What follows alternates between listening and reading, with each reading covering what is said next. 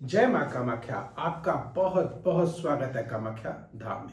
मेष राशि दिसंबर माह सन 2023 कैसा रहेगा ये जानते हैं और एक नजर डालेंगे मुख्य त्योहारों पर भी, उन तिथियों को भी जानेंगे जिन तिथियों पर हमको कार्य नहीं करना चाहिए और जो अशुभ ग्रह हैं इस माह के उनको शुभता में भी हम बदल सकते हैं। और एक महत्वपूर्ण जानकारी आपके समक्ष, अगर आप व्यापार आपका चलता चलता बंद हो गया है या नौकरी या व्यवसाय आपको जो है नहीं मिल पा रहा है तो घबराए नहीं।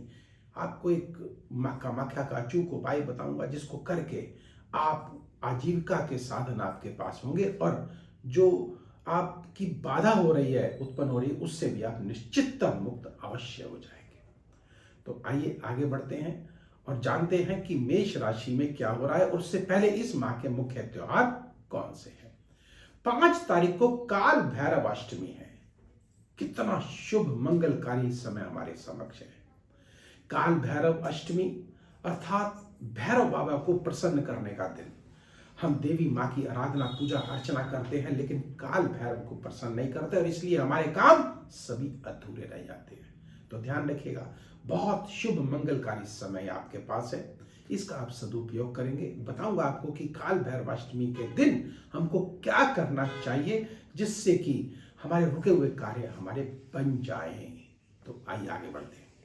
8 तारीख को उत्पन्ना एकादशी है और 12 तारीख को सोमावती अमावस्या है और 20 तारीख को दुर्गा अष्टमी है जिसको बुद्धाष्टमी भी हम लोग कहते हैं और 22 तारीख को मोक्षदा एकादशी, 25 तारीख को पिशाच मोशन श्राद्ध और 26 तारीख को पूर्णिमा और भगवान दत्तात्रेय जी की जयंती भी है और 30 तारीख को गणेश चतुर्थी है।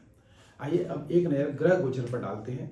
16 तारीख को सूर्य देव वह धनु राशि में प्रवेश करेंगे अर्थात हमारे भाग्य स्थान पर आ जाएंगे और पंचमेश होकर के वह भाग्य स्थान पर, कितना उत्तम मंगलकारी यह समय है कि 16 तारीख के बाद क्या होने जा रहा है। 16 तारीख से पूर्व जो सूर्य और मंगलदेव ये अष्टम भाव पर रहेंगे तो राज के कार्यों में निश्चित रुकावट अवश्य होती दिखाई दे रही है। और 16 तारीख के बाद यही सूर्य देव जब भाग्य स्थान पर बुध देव के साथ पहुंचेंगे तो बुद्धाधिपति योग भी बनाएंगे, भाग्य को चमकाएंगे और विशेषतः क्योंकि पंचमेश है तो संतान की एक तरह से बहुत बड़ी उपलब्धियां हमको देखने को मिलेंगी। और यहीं से ही सूर्य देव तृतीय भाव को भी देखेंगे जो कि पराक्रम का भाव है, छोटी छोटी यात्राओं का भाव और मंगलकारी यात्राएं आपकी होंगी और शुभदायक होंगी, मंगलदायक होंगी, आनंददायक होंगी और धन धान्य से भरपूर हमको करेंगे, हमारी इच्छा शक्तियों को प्रबल मजबूत बना देंगे। तो आइए आगे बढ़ते हैं और जानते हैं शुक्र देव 24 तारीख को वह वृश्चिक राशि में अर्थात वह अष्टम भाव पर पहुंचेंगे और अष्टम भाव पर निश्चित शुक्र देव का आना और वह भी द्वितेश होकर के, द्वितेश क्या है, धन, धन का वास होना, खर्च हो जाना और यह धोखे का भाव है, पाप का भाव है। तो पाप के द्वारा धोखा हमको हो सकता है, पाप भी हमारे बढ़ सकते हैं, धोखा भी हमको हो सकता है। तो और शुक्र का संबंध स्त्रियों से है तो स्त्री जाति से हमको जो है सावधान अवश्य रहना चाहिए और जो स्त्रियां हैं उनको भी अपनी सहेलियों से या जो कहेंगे कि जो स्त्री जो जातियां उनसे जो है सावधान रहने की आवश्यकता है। और आगे बढ़ते हैं और जानते हैं 27 तारीख को मंगलदेव धनु राशि में प्रवेश करेंगे और जब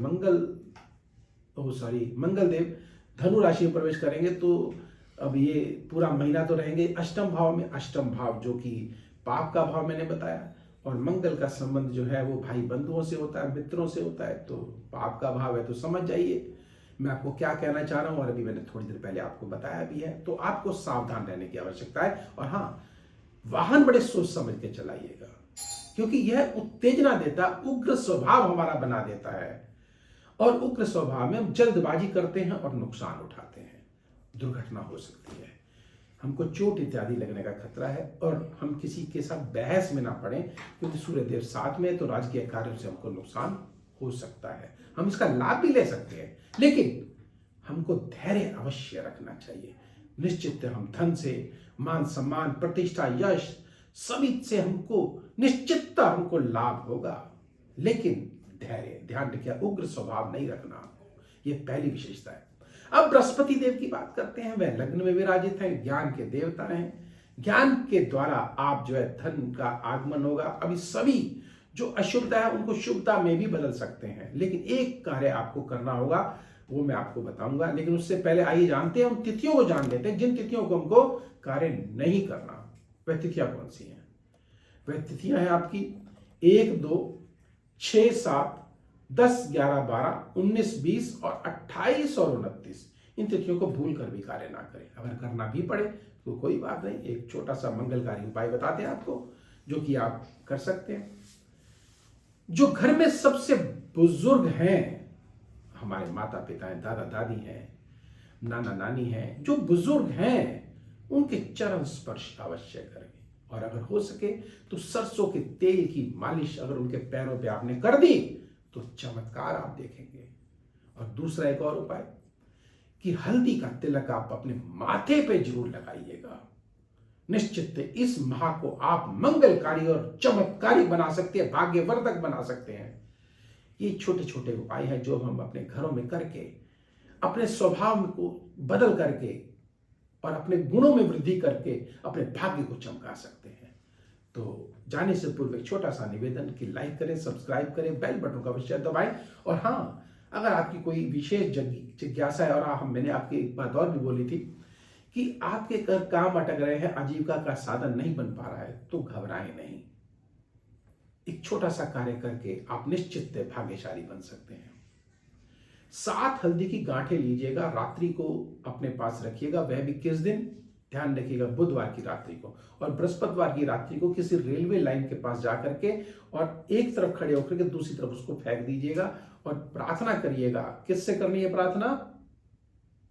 मां कामाख्या से। हे मां कामाख्या, हमारे पापों को, भूल चूक से जो भी हमारे पाप हो गए उन्हें क्षमा करें और हमारे आजीविका का साधन हमें दें। बस इतनी कृपा आप हम पर कर कीजिए। ऐसा कह के देखिए, चमत्कार निश्चित मां कामाख्या आप पर अवश्य फूलों की बरसात करेगी, अर्थात आपकी मंगल कामनाएं अवश्य पूर्ण होंगी। तो अब मुझे दीजिए आज्ञा। जाने से पूर्व छोटा सा पुनः निवेदन कि लाइक करें, सब्सक्राइब करें और बेल बटन को अवश्य दबाएं, जिससे अगला वीडियो आपके पास सबसे पहले पहुंचे और आप लाभान्वित हो सके। तो अब मुझे दीजिए आज्ञा। जय मां कामाख्या।